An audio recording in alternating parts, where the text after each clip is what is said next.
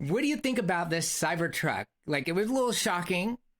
Did you anticipate that it was actually going to be successful? Like, do you think that this is the real deal? Yeah, I mean, I think it's it's a cool truck. I think it is. Man, they didn't lack on the looks of the thing. That's for sure. I think it's to me, I think it's hideous. But when you start going down the line of like the things that were in it and what it can do and what it's capable of, its towing capacities, the backdoor kitchen that you can put on the tailgate, down to the things that you can do with is pretty awesome. So Yeah, I find it kind of polarizing. And Elon Musk actually announced that. Like, he did a little tweet well in advance saying that this is going to be a polarizing truck. And boy, did he like nail that one on the head. I mean, this thing is definitely polarizing. It was so ugly that immediately after the showcase, I had to put a pre-order in. I was like, okay, I can see myself enjoying a truck like that, but I'm still shell shocked. Like, I wonder, am I going to actually go through with that pre-order? I'm still kind of questioning it, but I basically just did it kind of like insurance, because you never know how long it's going to take when that truck comes out, and when it's like finalized, right? It could be vastly different than what it is now. yeah, I mean, well, it's three Teslas in the driveway after that, huh? You're in all the way. Hey, I might just trade in my Model S for that dang truck. Holy crap! Wow. Okay, that's a big statement. I mean, that's wow. You like the truck that much? Dude, let's check out the specs on the truck real quick. Here, I'm gonna put it up on your screen. All right, all right. Look at this bad boy. Like, holy Toledo. This thing doesn't even, it looks like it belongs on another planet. Definitely a different truck than the rest. But when you go down to like order now, and as soon as it loads up, like, it's not a bad starting price. Like $39,000, basically 40 grand for the single motor. That's pretty legit. Then they have a dual motor. They have a tri-motor? Yes, a tri-motor. Now that's the one that I pre-ordered, was a tri-motor. And when you look down here on the bottom below the truck, you'll notice that tri-motor gets 500 plus miles of range on a single charge. It tows 14,000 pounds, and it goes 0 to 60 in 2.9 seconds. And it actually has a less than, so it could actually go faster than 2.9 seconds. My Model S, that's a performance edition, it goes 0 to 60 in 2.23. So this truck is just freaking insane. The specs are nuts. So, like, It looks like it's rollover proof. yeah, Like it like looks what? like if you rolled it, like it wouldn't. It would just keep rolling until it landed on all fours again. That's what it looks like. Oh, jeez. You know, I really, really enjoy, like, it's so ugly. This thing is kind of growing on me. The more I look at it, I'm like, oh, wow, that's sick. Like, what color could you put on it? And then we talked about like wrapping a vehicle. You got your new truck. Your truck's fairly new. It's a very nice Toyota Tacoma. Yes. Yeah. And you're actually interested in wrapping that truck. You want to do a different color. And what's cool about this truck, I'm going to show it again on the screen, is like these things it's all an angle, right? Like, when you're talking about customizing this truck, it should be super simple, because you don't have to worry about all these fine bends in a car. Like the Model S, where you have a Honda, your Honda would be quite difficult to wrap yourself because you have to shape it to the body. This truck is just all straight lines. Like, Yeah, I mean it's super cool. Actually, some forum already did if you don't like the Tesla truck the way it is, and then it showed with big bulky tires with a huge lift kit on it. It actually looked pretty insane. It did. It looked actually kind of cool. It looked like something in a Hot Wheels package. Like when you were a kid, you're like, dude, this thing's space age. Like, look at this. This is badass. And this is what you get. It's pretty cool. yeah, it's definitely bad. It's growing on me a lot. Like, I'm already imagining decking it out. Like, there has to be ways to customize truck to just make it look amazing. So I think the coolest part here is that it's actually quite affordable. It's almost shocking. Like, when you look at that single motor version, it goes 250 miles on a charge. It still tows 7,500 pounds, and it goes 0 to 60 under 6.5 seconds. Like, I think that's comparable to the Toyota Tacoma. Yeah, like, doesn't the Toyota Tacoma tow similar? Yeah, I think it is. I think it's like 65 to 7,000 pounds. I might be wrong on that. It might be more. Yeah. So, But that's what they tell you. And I don't think I would try that with a V6 Toyota Tacoma. Just because, you know, I've gone up hills with that thing so far, and it's great. Like I have a brand new 2019 Tacoma, love the truck, but like going up hills, towing anything, you can just feel the lag in it. You know, definitely you probably wouldn't get that with a battery, I'm sure. So. No, it has like immediate torque. You know this just from driving the Teslas we have right now. It's Yes. like you step on the pedal, that thing's it's instant. There's nothing stopping it. Yes. And then you got the batteries like holding that thing down to the ground. Like my car has over 8,000 batteries in it. And when you think about all those batteries and the weight of those batteries, no wonder that thing glues to the road. Like that thing doesn't want to let loose because it's so center of gravity down to the road. And maybe that's not the right term, but it's heavy. So it's definitely sticking. Yeah, it sticks a lot of the roads. Yeah, so, and you know, the whole bulletproof thing of the truck, which is really, really cool. I like that idea. You know, like if the zombie apocalypse was ever happen, that's the one you want right there. For sure. Like, nothing's getting through that thing, right? Or just the apocalypse. I know zombie apocalypse, but that's far fetched. But still, it's awesome to think about. You know, and I think it's cool that it's basically indestructible. You know, and I don't know if that's for the purpose of the truck or the safety of the human being. The only thing I have like with the issue with that is like the human body can only take so much inertia, right? So like no matter if you get in an accident, it doesn't matter how well the truck holds together. The human body can only stop so fast at one point in time before all your insides just jumble around inside your body. So True. if it, you know, if they did that for the protection of, hey, you can drive your truck through a bunch of trees and you don't have to worry about your truck, that's great. But if they did it for the human part of it, well, I kind of don't understand that.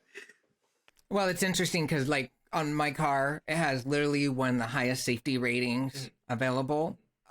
They've proven, even with their all-glass roof, that these things are quite resilient, better than the average, you know, traditional mechanical vehicle that's on the road today utilizing fossil fuels. So they've done like a crunch test with the glass roof, and it was actually quite surprising that How much pressure it took? yeah, it took a lot of pressure. And so this truck, it has that armor glass, so you know it's going to handle a rollover. But to what you're saying is like, what about the human inside the truck? So the very top of it goes all glass on the very top as well? Yeah. Oh, okay. Yeah, it's all glass as well. Wow. Yeah, look at this thing a little bit more. So, like this front picture on the home page, yeah, it's pretty sick. It looks good here, right? Looks like something you want to drive and play around. It doesn't look like it's legal to be on the road, that's for sure. No. And then you go here, you know, this thing reminds me of like a 1980s fat Lamborghini.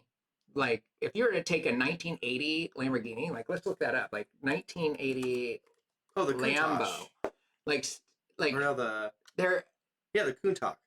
Yeah. yeah, like maybe we should find a silver one. Let's look up a silver one. Let's see. Oh, right here. Look at this thing. Look at that. It's all like, you know, like that was a really cool car back then, and stuff. And then you look at the Tesla Cybertruck, it's like, you know, it's kind. I don't know. It seems like we're taking a lot of the 70s and 80s era and now simplifying manufacturing. It looks like Elon Musk is definitely into Back to the Future. Yeah, for sure. And maybe Mad Max. Yeah. Looking at this track, you know. Dude, he said that thing was expect like a Blade Runner truck. Blade Runner? Blade Runner. Okay. Yeah. Like that looks like Blade Runner, right? Like, I don't know. It looks pretty sick. So when you go down, it's all about this exoskeleton. It's like a different way of them doing a truck compared to like an F-150. And, you know, it's actually a super big truck. Like from these pictures, it kind of looks small and blown up, but everybody says that when you're inside the cab, it's super comfortable and it has a ton of room.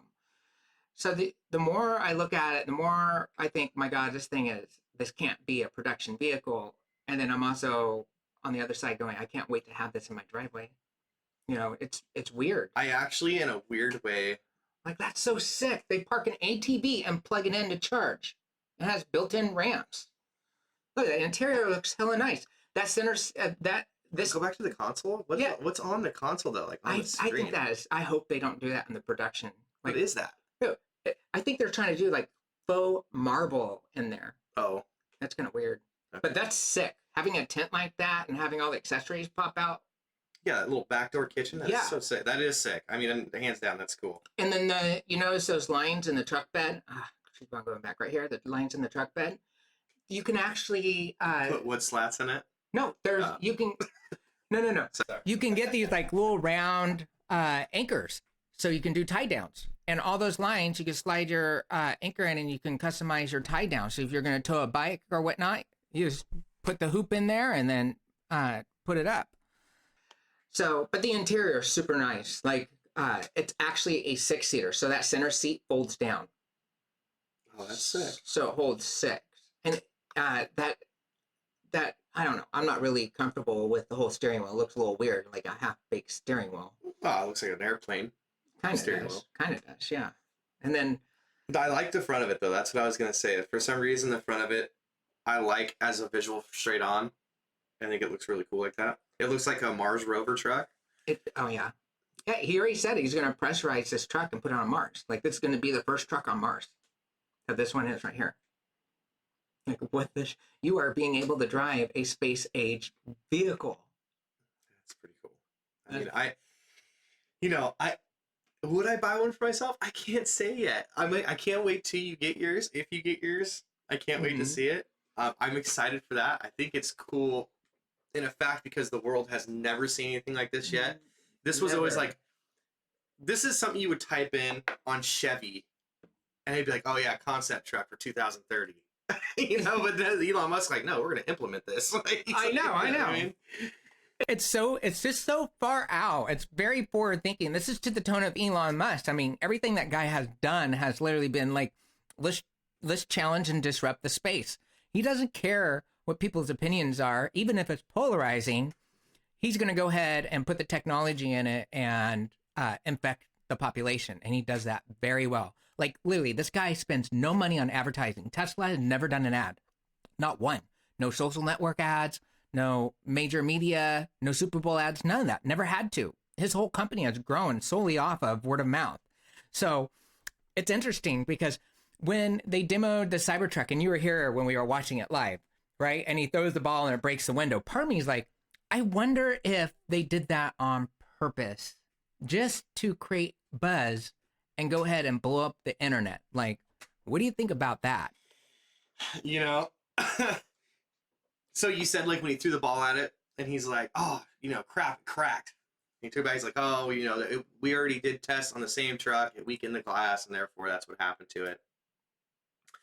Regardless, you know, if it can take that blow from a ball, like a gigantic metal ball, and if a bullet can hit it, you can beat the truck up with a sledgehammer.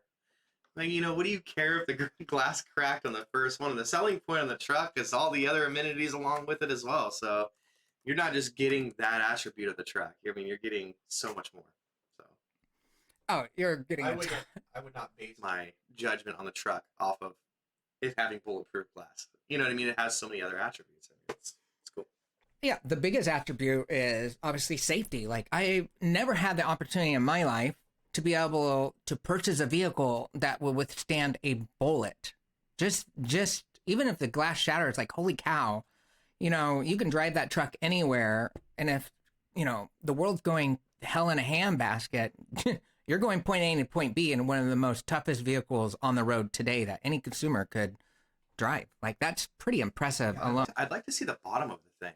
Like, is the very, very bottom of the truck just as dense as the rest of the truck? I'm curious to know that. Yeah, let me show you this right here. Hold on. I gotta pause this video. I'm gonna put it on the screen. Okay, let's put it on the screen real quick. So here on YouTube, they show right before the event, right? This is before the event. Tesla Cybertruck window test right before launch. So there's France. He's actually the designer who designed all the vehicles. He's taking that metal ball and launching it. Boom. And it just comes bouncing right back off. Videos in slow-mo. So, you know, Elon's like, dude, listen, you guys, sure. We screwed up during our launch event, but check this out. The truck actually did work. And so that's why I mean, like, you hit that glass a couple times, it kind of gets weakened each and every time. So sure enough, during the event. What's that little drop? What's it doing? It's dropping or? Right there, it's dropping from, I mean, he threw the ball. right? Yeah, you see the boss to bust the window right there. They like not break the glass, but No, like the glass actually, like, let's look at it again. Like, it's literally going to bounce. You can see the window flex too. See that? you see it flex like straight It's up. like even the Flex. back windows flex. The little drop it just did right there. Yeah, but did you see that? The door actually opened up. Look at this. So look at the doors actually kind of opening up right there. Oh, what? Let's get back that hit. Boom. Look at the door open too. See that? That's weird. And dude, you could take a sledgehammer to this. Why are they protecting the truck with a blanket? You know, that too is kind of weird. Like, what the heck? Look, they have a straight, like, moving blanket on there trying to protect. Why? Why would you do that? If this thing can withstand a sledgehammer. We did already watch the video where they hit it with a sledgehammer. Oh, and it worked, and it didn't cause any dents. It didn't Yeah, cause that any thing, dents. that was so impressive. So what is it? So what's it? What is the paneling? Is it like do you know yet? Have you looked at it? Is it like 3/4 inch steel or something? Oh, yeah. So it's cold rolled steel. Now I haven't had any time. I didn't spend any time yet, like, looking into this. Supposedly it was like steel that Elon Musk really went into. Wanted to have the toughest truck, and I'm also thinking in the back of my head, they're just simplifying the design of the vehicle so they can have faster manufacturing process, right? If you don't have to stamp metal to form it into a body like a fender, then that saves production time. And with this truck, there's no stamping, so they're literally cold rolling the steel, pressing it together, meeting the specs, putting it on the body, done. And so it's very simple design, but because of that, you get some enhancements, and one of those is you get to utilize harder steel, and it's stainless steel. That's not like steel you drive your truck by the ocean and now you're going to rust your truck. This truck, you can go in the ocean and go inside the ocean, come out of it, and it's not going to rust. Like, it's pretty impressive. Look. So it's got a coating on it? Oh, wait, like, here, let's look down here. They actually kind of talk about it here. 100 cubic feet of storage, like, holy 100 cubic feet of storage. That's insane. That's a lot of storage space. Ground clearance, it's 16 inches ground clearance and 35 degrees departure angle 28 degrees. That's pretty insane. I know that they had some information here on the actual body. Oh, here we go. Ultra hard 30 times cold rolled stainless steel. If there's something better, we'd use it, helping eliminate dents, damages, and long-term corrosion with a smooth monochrome exoskeleton that puts the shell on the outside of the car and provides you and your passenger with maximum protection. Okay. There was somewhere that I actually seen, and I don't see it here on their main page, but honestly, they have it to where they're showing that this thing can go into the water. So, like, you want to go through a creek, right? Because it's electric. Especially with, like, my vehicles, I don't want to go through no creek in my car, right? I don't want the thing to short out on me. Right. So, like, that's an expensive repair. So this truck, supposedly, the way they're doing the batteries and with the shell, like you mentioned, I would like to see underneath it too. I know it's made out of titanium underneath the truck. So it's made to withstand impact. So if you like to go four-wheel driving, you hit a rock, it's not going to blow you up, blow the batteries up. It protects them. But it's also supposed to be heavily waterproof, so you can go ahead and drive your truck through water.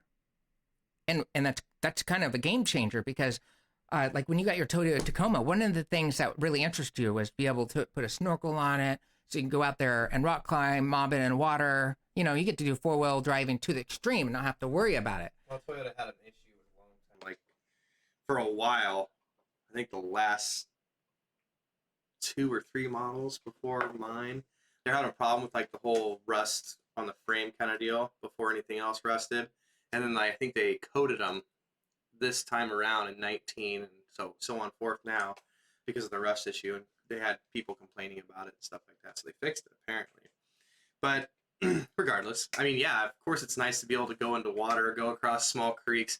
You know, when you're talking about adventuring through stuff, like, you don't want to be just stuck in the middle of nowhere going, man, you know, it was supposed to handle that. Well, you really want to have faith in your vehicle and your purchase and stuff like that. So yeah, that's one of the reasons why I bought Toyota. They're just well known for, hey, man, beat the crap out of me. You know what I mean? That's just what they're known for. So, well, you're loyal. Like when you find a vehicle or manufacturer that you're just you totally believe in, you become brand loyal to it. And that's evident with me. Like I have Ford F-150. I've had several, a few Ford Mustangs, the Ford Escape. I've had several RX-7s. well, that's I was brand loyal to Mazda, but I got tired of it. It's too small. I'm growing bigger. I want to sit there and have more room. So I wanted a bigger vehicle, and that's what's cool about the Mustang.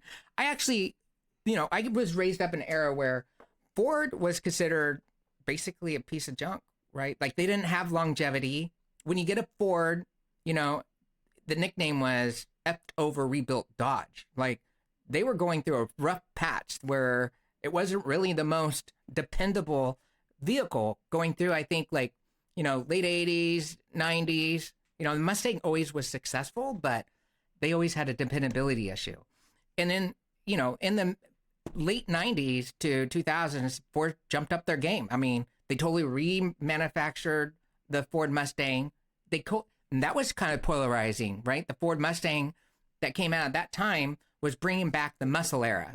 I don't care what anybody says. The 1978 Ford Mustang was the worst looking vehicle It was so that the 1970s has ever seen. Yeah, it was probably right up there with the polarization of Elon Musk's Cybertruck, right? But without the benefits. Like that thing wasn't even that fast. Like if you got a Mach 1, that thing was pretty quick, but still, I don't know how many horsepower. I want to say it was under 300 horsepower. Now these things are pumping out, coming stock over 500 horsepower. Like holy Toledo. Yeah, the new Corvette coming out. It's like what, 750, like off the showroom floor. I mean, that's like what? People are able to buy a high 11 quarter mile vehicle off the showroom floor. And a 12-second car is fast. Now you take your P100D. We go out to the drag strip and you turn high tens. It blows everybody's minds. Like, hey, you can't come back unless you got a helmet. And you're like, oh crap, sorry. People just are like, what the heck's going on? Because the people were used to that old school and they paid a lot of money to get that amount of horsepower out of it. Not saying that your Tesla was cheap. I know they're very expensive cars, but now we're talking about a $35,000 to $36,000 truck that's doing it as well. So it's crazy. Dude, it's so crazy that was the main reason why I had to hurry up and put my pre-order in, because you're getting so much bang for the buck. You take your mind out of the design element and you just focus on the functionality. This thing is so cheap when it comes down to the features. I have never been able to go the distance of 500 miles on a single charge, but I sure can imagine it. There's been times where I took my Tesla down to the Bay Area and I'm coming back. It's heavy traffic. And next thing you know, I have 10% battery life left. And I'm starting to freak out, dude. At that point, I'm turning off the heating air conditioning system, right? I did research. I'm like, oh, what's more efficient to keep yourself warm? Because it was a little cold at that time. It was like, use your electric seats and turn off the heater in the car, because heater takes up a lot of power. I'm like, oh, okay, turn that off. And the whole time, I'm just freaking stressing. It's stress anxiety. That 10% lasting that 10% on a cell phone? No, it's like the last 10, but what do? So here you are, you run out of battery power, you're stuck on the side of the road, right? You can't call AAA to bring you a gallon of freaking battery fuel. Like, that's not possible. So they can't replace your battery, so they have to tow your vehicle. When they're going to drop me off to the nearest hotel while I figure out a rental car to drive home, like, that's pretty stressful. That's the downside of electric vehicles, is the range anxiety. 500 miles charge, you literally have no range. There's no excuse. 500 miles is a long freaking range of your vehicle. Elon Musk coming out with all these cars and stuff. I mean, you're not going to have to worry about that for too long. I mean, you're getting battery charging pretty much at every Target, every Walmart, and let's face it, there's a Walmart every freaking 25 miles, it seems like, at least in California, So I don't think you have to worry about that for too much longer of being electric vehicles. No, you're right. But it's a real thing, because I experienced it, and it's stressful. You're saying that because you bought the car. You bought it right when all this... I mean, Tesla's been around for a while, but I'm saying you bought your car pretty much right into it. There just wasn't a lot of charging stations. What? The Target had one right when you got your car? Yeah. And you could go to where 40 miles away to a place called Corning and charge it. So I get that. I must have been like, God dang, shoot, like you can't just go around the block and charge a car like people go to a gas station, fill up theirs. So I get that. Oh yeah, and then like right when I first got the car, I plug it in. I'm like all excited, plug it in, and I knew that plugging into like 110 voltage regular house outlet wasn't going to be as fast as like an RV outlet, right? Only no brainer. It doesn't have that much, power, but I thought it was actually going to charge faster. And because I was so excited, I actually overlooked the actual charge time on 110. So I got a reality check as soon as I brought that thing home, plugged the thing in, and it's charging like at 3 miles per hour. I'm like, what? For 10 hours charge time and get 30 miles, which still is cool. Like you just go down to the store and come back home, no problem. But if you want to go take a trip down to, a couple 100 miles away, that's a big deal. I'm not going to wait a week for my car to be done. It's not a week, but I don't want to wait 3 or 4 days for my car to charge to go on a trip. So of course I put in the faster charge, and now I can charge a car in a few hours, which is nice. And that's also to the tone of what they can do with these charging stations. The more power they give them, the faster that they can charge the car. But check this out. So right down here on it, like there's this big deal. During the announcement, Tesla threw Ford under the table, right? They're like showing the Cybertruck towing the F-150, and an F-150 couldn't take it, right? And that was freaking hilarious. Because I have an F-150, I was checking it out. But here, this guy, Sonny Mandra. How much bigger that truck is compared to that Ford F-150? That's what I mean. When you see a picture of the Cybertruck, it doesn't look that big. That thing looks like it's going to be bigger than the Hummer. Dude, like, that thing is the new Hummer. That is crazy looking though. That is crazy. That roof looks really good from that point of view though. Dude, I kind of like that. Dude, this truck is, they don't even have mirrors on it yet. Like this thing is so pre-production. But look at this. This guy right here tweeted out, Sonny tweeted out, he's the vice president of innovation at Ford. He's all, hey, Elon Musk, send us a Cybertruck and we'll do the apples to apple test for you, right? So he called them out, and rightfully so, because, here's Tesla grabbing F-150 and just doing this test randomly. Now, Ford wants it too, awesome. Right? Makes sense, doesn't it? I love it. Let's see this. Yeah. Was that? Oh, you want to see it? Hold on. Let's go. Okay, let's share the screen. Of course, I want to see a Ford truck get beat. Okay. There's something else here. What I think Elon Musk actually replied to this. I'm going to see if we can go to this thing. Come on now. I believe Elon in here actually responded. Where the heck? Oh my goodness. I know he responded because I was laughing my honey off. Let's go to Elon Musk, tweets and reply. And we'd be happy to, where is it at? Okay, well, Cybertruck F1, here's that.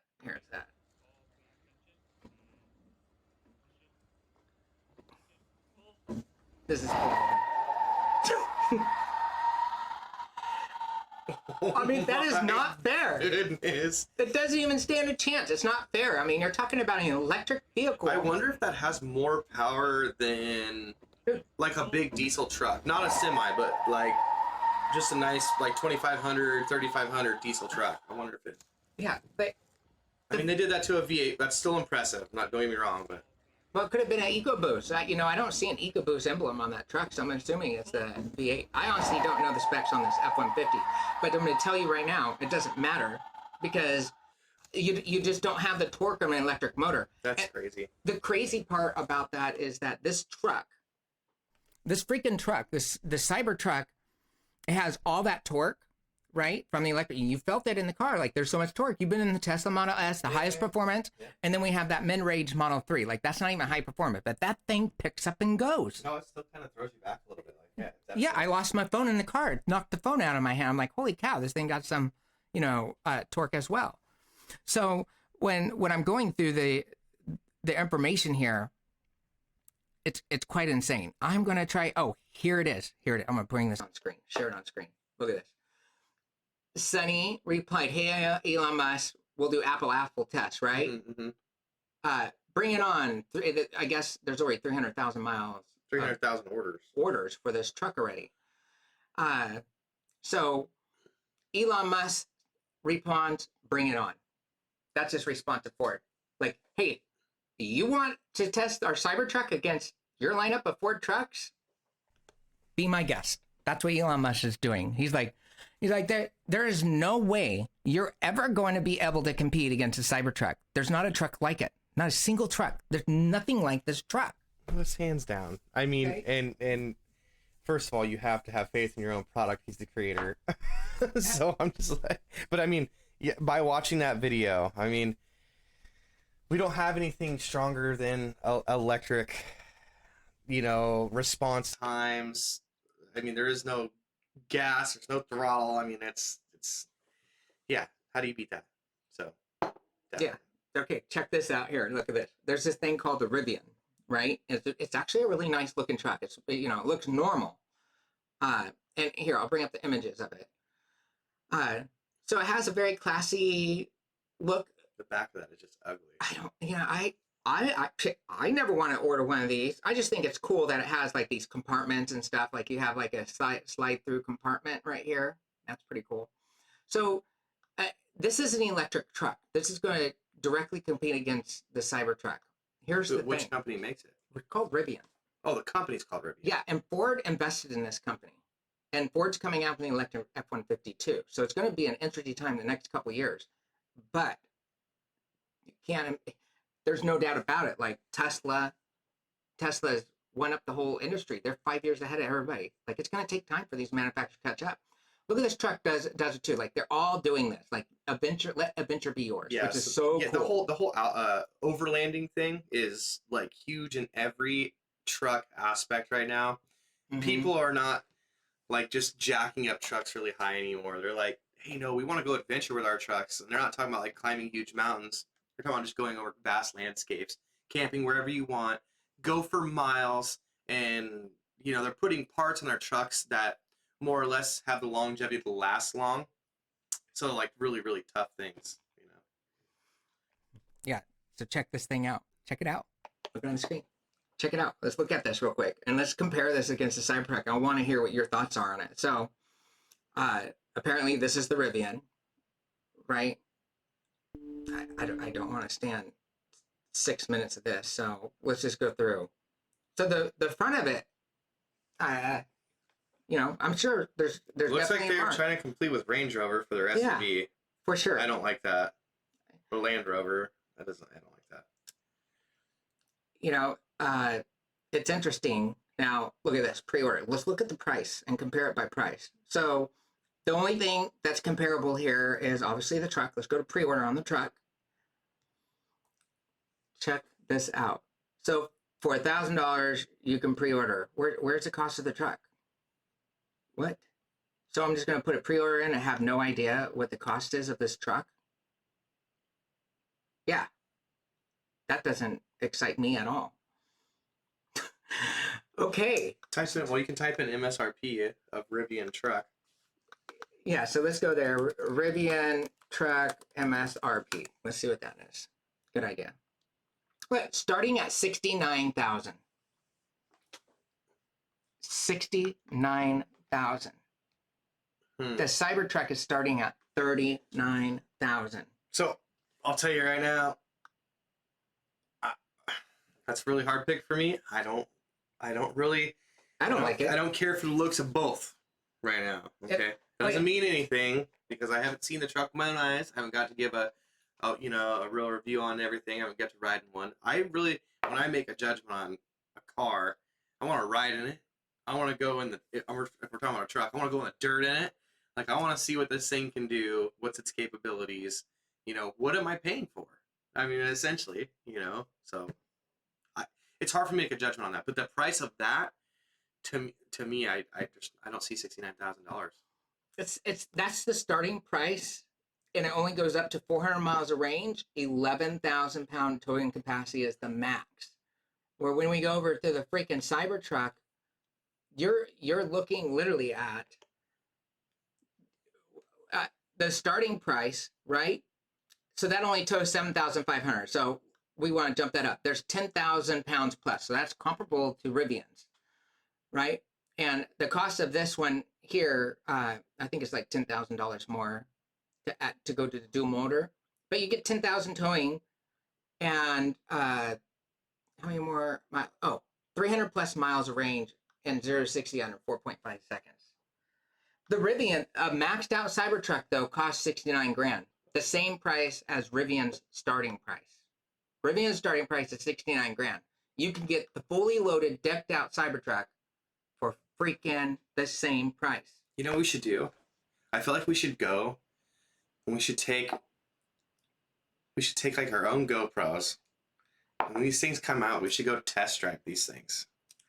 Oh yeah. We should do one video with me driving a Rivian and you driving the Cybertruck. Let's go drive one of these things and give like full reviews on them. Dude, that's perfect because I'm a Tesla fan. Even though I have been very disappointed, I'm not a Rivian fan. I have been very disappointed with like the recent service experiences. But honestly, those are growing pains, right? And so every manufacturer. So Rivian, right? Rivian's a new company, and Ford invested in them. They need to compete. I love Ford. Okay, Ford and Tesla are like dang near the same for me when it comes down to manufacturers. I love the legacy of Ford and how they still stand the test of time to compete in a marketplace that is constantly getting more competitors. And Ford just doesn't stop. They're doing everything they can to compete and adapt to consumer needs. Now, there's something to say also about the only two automotive companies to make it through the last downfall in the United States, which was in 2008. The only two companies, Ford and Tesla. They're the only two companies that didn't need a bailout. The only two. And the only cars Tesla had at that time was a Roadster and the Tesla Model S. How would that be crazy? Like the next 5 years, not if the market crashes, when the market does crash again, pretty soon it'll be Tesla and Ford just around, huh? That would be crazy as a car company. No, I don't think it's going to be different, right? It's always different. It has to be different. It can't crash the same way.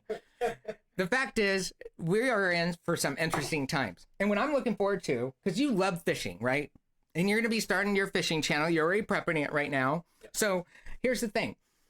I just wonder how many folks and verticals like the fishing industry, fishing folks that do competition, I wonder how many of them are looking at this truck.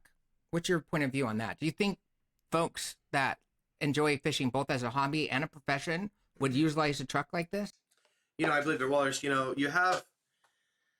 really do have different types of fishermen. You have fishermen that travel the world and they fish in different places. Okay. They don't take their vehicles with them. They literally take backpacks, they take poles, they fly across all over the world.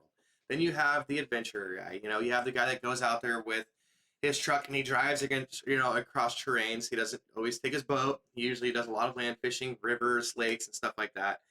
And then you got the guy that's always towing his boat behind him, his bass boat. He's taking bass boats to the lakes. He's going to different lakes. He's doing competitions with it. So he really relies upon his equipment. Not saying that any other, outdoorsman doesn't rely upon their equipment, but the guys that do that kind of stuff, like bass fishermen and tournament fishing, stuff like that, they have to rely upon their equipment quite often. So I don't know. That'd be a telltale sign. Just seeing who buys one, what outdoorsman buys one first, put some videos on there. They're like, hey, this thing's, either really awesome or it's going to depend upon the storage space. It's going to depend upon where can I take my boat? Where can I tow my boat? Is it going to handle the back roads with me towing my boat behind it? Well, I'm sure. I'm not sure it's going to. Matter of fact, they might have to upgrade the trailer on the boat to be able to handle what the CyberTruck can probably pull it through.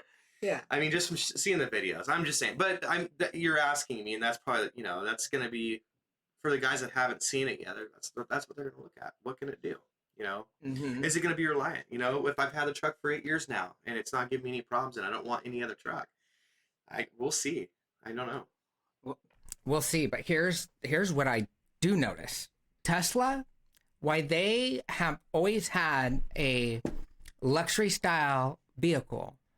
They are, for once, appealing to a mass market at an affordable price. Now, the Model 3 was to be affordable. When you compare the Model 3 to that of like a Honda Civic, it's almost 2 times as expensive, right? You can buy a Honda Civic for 17 grand. You're throwing down 35,000 for a Model 3. So you can literally buy 2 Honda Civics for the price of a Model 3. But now they're making a truck now that directly competes in pricing. Oh, it will actually. Like what? Game changing. A Honda Accord fully loaded, it's for 40,000 or close to. Okay, but that's not fair. Like Model 3 is similar to like that of the Civic in regards to the audience, right? And an Honda Accord is more of a bigger size sedan like that of the Model S. Okay. Yeah. Okay. Yeah. You know, I'm just trying to compare. It's not really apple to apples, but I'm just trying to make a direct comparison. Yeah. And so now, though, what's happening is instead of Tesla getting greedy and trying to just pull as much money from the consumers as possible, because this truck, if it was $20,000 more, people like me would still be interested and quite possibly would buy that truck, right? But what Tesla's doing is like, hey, let's bring this out to the masses and let's make sure that we really do electrify the next revolution for everybody to adopt this technology. They actually put out all their patents to all their technology and open source their patents saying, hey, you guys want to copy us? Go ahead. Go ahead. Try to beat us at manufacturing. That's why Tesla keeps on opening up gigafactories. You know, we have all these new mega manufacturing facilities that Tesla's opening. China, they built that thing in under a year. Now they're opening up another one. I think it's Berlin, Germany, or somewhere like that. They're opening up another gigafactory to produce more vehicles. Like Tesla's growing rapidly, and their focus is like not to be greedy. I mean, everybody's greedy at one point or another, but they're trying to be reasonable enough to attract you, anybody. They're trying to make it to where anybody can get one of these vehicles. Yeah. So I mean, so when electric vehicles first started coming out, you know, everybody's like, no, you know, if you got people that are, say, just for instance, you know, I'm old school too. Like I like my engines. I like my old school cars, my muscle cars. Who doesn't, right? I mean, but I'm just saying, you know, you have people in the Midwest going, I would never buy one of those things. You know, that's kind of was my mentality too. Like, you know, a long time ago. But now it's spreading like wildfire. Like, what? You know, you can think about saving all this money on gas, you know, and it's spreading like wildfire. And I think today, especially in like cities, because innovation's huge, we're in the age, I think, of liking stuff that is different. It is weird, but also the functionality is there too. I'm not saying that. I'm just saying people like that. You know, what are they coming out with next? It's super crazy and this new technology. People are trying to get a piece of that. So, I mean, yeah, I get it. The thing that surprised me most, we were at a family event this last weekend, right? And we had a great time. And Mom and Dad came to the event. And I showed Mom and Dad the truck, right? And when you were talking about it, you kind of had that smicker on your face, like, oh, they're going to make fun of you. I kind of saw, like, possibly you were thinking, like, oh my gosh, I can't wait. And the first thing out of Dad's mouth was, oh, that's sick. Like, he liked that truck. And then my mom, you know, our mom, she loved the truck too.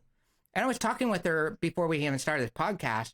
And I was like, oh, I think I might have it, like, I don't know, black or some other color. Why? I would see what they all do. You know, I want to check out what different colors the truck could be in. Right. I don't want to just have it stainless steel. Right. Mom was like, no, that thing looks so amazing in stainless steel. I leave it just as it is. Like, this is appealing to the baby boomers. You know, okay, boomer. Everybody's making fun of baby boomers right now on social media. Okay, boomer. You know, like degrading baby boomers. Like, they don't know what they're talking about. But yet, they might just turn out to be one of the largest purchaser of this dang truck. Because I've noticed that folks that are in the boomer range, you know, they're actually enjoying CyberTruck, which is, whoa, I wasn't expecting that at all. I was honestly expecting like the generation of like my son, right? Generation Z, not our parents, dude. I did like, what? Did you think that they would like that? You know, so I'll tell you this, and it is funny check this out. I think this has a valid point.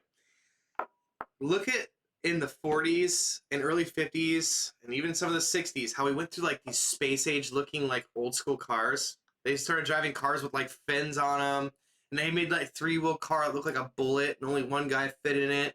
And they were trying different things out to make it look like alien cars, right? They were testing it out. But it just didn't stand the test of time just because of back then the technology just really wasn't there. There wasn't a lot of things. But now it's like technology's taking over. You're not stopping it. It's happening. And now people are like, yeah, now they really want it because now like it's there and it's going to be happening faster and faster and faster and faster. So people, of course, are going to grab it up. You know, it's going to be here for the rest of our lives and it's going to keep advancing. To where back then it was like, oh, we tried it out. And it was like, nah, people didn't really go for it towards the end. So is it safe to say that what you're speaking the tone to is that the boomer generation has already been numbed to radical designs growing up in the 60s, 70s, and 80s, where they were constantly trying to test new ways to innovate, you know, like the Lamborghini. And like you mentioned, there was a time period in the 80s where there's a fuel crisis. And so that's why they started focusing on more fuel efficient vehicles, which led Ford to create a Mustang, the Fox body that was small, right? To be more fuel efficient because we're in an oil crisis. So they grew up in that era.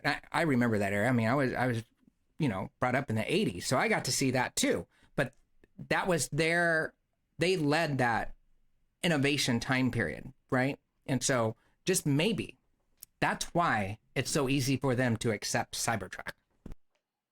Possibly. Are you going to get one? Are you going to get one? I'm going to wait for you to get one. I'm going to let you be the lab rat. And I'm pretty sure you're going to love it anyways, but I'm going to just I want to see it. I want to ride in it. I want to go for long hauls in it. I want to see what it can do. I want to see you hit it with a hammer when you buy it, because that's always exciting. Watch someone buy a car and hit it with a hammer. It's like, I want to see that. Who in the hell would want to do that? Like, even though that I know this thing's like resilient, the last thing I want to do is whip out a sledgehammer and hit it. Okay, like that's gonna hurt my soul. But for you, I would do that. You know, and then Can I hit it with a hammer? Maybe. Hey, anything you did that was fantastic this last week that you'd like to talk about before we conclude this podcast? Anything? I know it was all about CyberTruck. You know, I got the pump put on my boat. Yeah. You know, share more. What do you mean? You're wet on your boat? So, what? Go ahead. You know, I went through the trials and tribulations. You know, we rebuilt the carburetor. You know, you helped me out with that. And then we do the distributor caps, and we fix up the boat. A general maintenance on the truck, or on the boat, that just hasn't been done in a very, very long time. Take it out. After they adjusted the carburetor that we did, a major shop did, and it started fluttering on me again. And I'm like, what the heck, you know? So I'm like, okay, so the last thing we could possibly do to the thing is the fuel. So we take it out. All right, go and I replace the fuel pump, and it still flutters on me a little bit, but it does finally get up all the way to top speed. So we fixed that problem. So I'm like, what the heck, you know? But after I'm thinking about it more and more, and we did the carburetor rebuild kit, did the distribution cap and distributor, all spark plugs and wires, now the fuel pump, but I had them adjust the carburetor rebuild with a bad fuel pump. Makes sense. So I'm like, now I gotta go and have it readjusted again. It's okay. The boat's up and running. It sounds great. I'm super excited to get on the water. I'm super excited to start dishing out videos for you guys. I'm very excited about that. So I can't wait. I really can't. And I'm so lucky to be part of your adventure in life, because I too get excited every time we meet those milestones. You know, first of all, this is an extremely cheap boat that you got. You bought this thing for $1,000, like dirt cheap, right? You get it. You take a buffer to the boat too, and you totally polish this thing up, which made it look beautiful. Like that made it look like it was almost, I want to say 10 years newer. It looked that much better. Of course you have the interior still do, but still after all the work, you're less than $2,000 on this boat, and you have totally changed it. I know, it's like putting lipstick on a pig, but you know what? It's my pig. Yeah, it's your pig. You own that pig. Yeah. Put as much lipstick on it as you want. That's right. You know, so yeah, I'm super excited about that. The boat, like, you know, you said $1,000, but the whole idea about it is like, you know, not spending a bunch of money to go enjoy the outdoors. You know, would I love a $70,000 bass boat? Well, who wouldn't, right? But I mean, letting people know that you can get out there, you can grab a backpack, throw your dog on the boat with you for $1,000. I'm in it for now for about $1,650, but all worth it. All worth it. Now I can go out there, I can do some fishing, I can create some videos, I can share, you know, my knowledge with people, and it didn't really cost me that much. You know, every penny was worth that for me. Can we do this? Can we do a commitment with your channel where you will share fishing like a pro on a budget, and actually take your costs and like put it into a spreadsheet and show what it took for you to fish like a pro? Because you know how to fish. You've been doing it for all these years, like from like literally the moment you started walking. I think it would be super cool, because your whole objective here is like, I would love a $70,000 boat, But right now, financially, it's just not feasible to go that much in debt for a boat. I can do it for far cheaper. And right now, you're doing it for less than $2,000. You know, I don't know how much more money it takes to go compete against pros with your setup, but that would be super cool to have that on your channel. Like that would be cool. Like, can audiences expect something like that in regards to content on your channel? Yeah, absolutely. You know, I mean, so you got people out there that are, like I told you the other day, you know, you have people out there they'll come out to a lake and they bring thousands of dollars in fishing poles and baits. And it does come with experience of fishing out in an area. You have the times of years that you know what works out there. You just know the area really well. Living in Northern California all my life, I feel like I'm not blowing up my own head by any means, but I've gotten the area down pretty well. I know what to use at certain times of the year, you know, especially for the trout fishing. I mean, the trout fishing, you know, it has its challenges. You know, you get out there on the river, it has its challenges. Out there on this time of year, out there on the lakes has its challenges. But what I'm trying to say is, a guy doesn't need to bring thousands of dollars worth of equipment. You can literally go down to a bait shop and buy 2 bait items. You know, your hooks, your weights, and you go out and you're gonna catch fish. Like, hands down. You just don't need to spend a bunch of money doing it. Okay. Minimalism. Which I love. Minimalism. I love what you're doing. I just want to know, how much will you be able to do it for? If we were to have a pro fisherman in Shasta Lake, right? And it's competition day and you're out with your rig, how much will it take in regards to a budget for you to directly compete against those professional fishermen? You know, the guys that are out there that are throwing big swim baits certain times of the year. It all depends on the type of year, what type you're fishing, you know. They're throwing a little bit more of expensive baits, you know. You got to be prepared to lose some bait too, you know. But I would say that you can take $100 in bait to professional competition, and I believe that you can compete. Okay, no. Let's just go down to the whole cold hard fact. You're trying to do fishing on a budget, right? Okay. You got your boat. Okay. They have their fancy $70,000 boat. They got the $5,000 fish finder. They got the, $10,000 autonomous driving trolling motor hooked up to GPS, right? They have all the goodies. They're probably into their fishing rig for 110 grand, right? And that's quite realistic for professional fishing. So how much money would it take for you with your boat, your setup? You know, you're already into it for like your boat $1,600. So then you add on $100. Now you're $1,100. So like, how much money do you think it takes for you to compete on a budget with folks that are spending $110,000 out on the lake? I believe you can spend on a decent fish finder $300. I think on a trolling motor you could spend $600. We're talking $1,000 there. Realistically, your fishing poles, you don't have to buy. Just throw a number. Just throw a number. So 110 is what they're doing. Okay, so I'm gonna go ahead and say for $2,500, you're out there fishing and competing with some of the best. So could you potentially win a fishing tournament with a $2,500 setup against folks that have $110,000? I sure could try. No, do you believe that you actually could win? Has anybody won amateur style like that?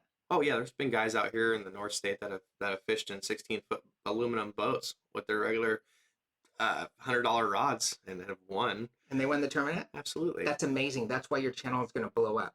People Absolutely. are going to want to compete because not everybody's going to have $110,000 to throw down on a rig. You know, I'm very fortunate that I discovered Bitcoin because that's the only reason why I was able to enjoy a Tesla. Without that, I wouldn't have a Tesla. You know, sometimes we get lucky in life. Life is like rolling the dice. But when it comes down to the average person, they just don't have the means to dump $110,000 on their favorite hobby to go compete in a professional arena to turn their hobby into a career. Absolutely. So basically what it sounds like is that you have the capacity to share with the world how they too can compete as an amateur and quite possibly can grow into a professional fishing person that can compete and change their hobby to a career. Yeah, and well, I mean, it all starts with the love of the sport. I mean, it's just no different than playing music. You got to do it for the love of doing it, and get out there and spend time out.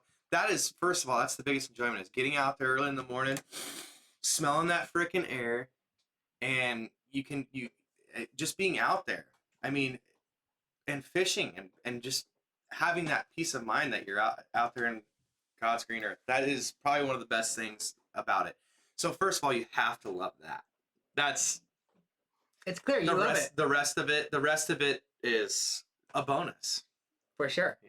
It's almost like the way that I love technology. Your passion for outdoors is similar to that of the way that I enjoy tech, And then I'll think back, I probably could have bought a Tesla with, in the tech field, because I could make some good money. But the problem is that I wanted to be responsible and buy a house. And that's why I think what you're doing with your fishing channel is so paramount, because people are just like us, you have priorities. You can't just go dumping all your money into a hobby. And it's nice to share ways you could be creative to enjoy the hobby without having to sit there and go into major debt. And so I'm looking forward to, you sharing the love to your audience. You're gonna kill it. I want to fish. I want to fish. I want to do a lot of videos out here in our local streams, out here in our bodies of water, Shasta Lake, Whiskeytown, Siskiyou. I want to go out to Crater Lake. I want to go to I want to go to a lot of places, even a couple different states. Every time I travel, I'll be carrying a rod with me, and I'll stop and fish wherever I possibly can and do a quick video on those. So, but yeah, I'm excited. That's badass, dude. Thank you so much. Thank you. Dude, I love spending my life with you. You're just amazing. Likewise.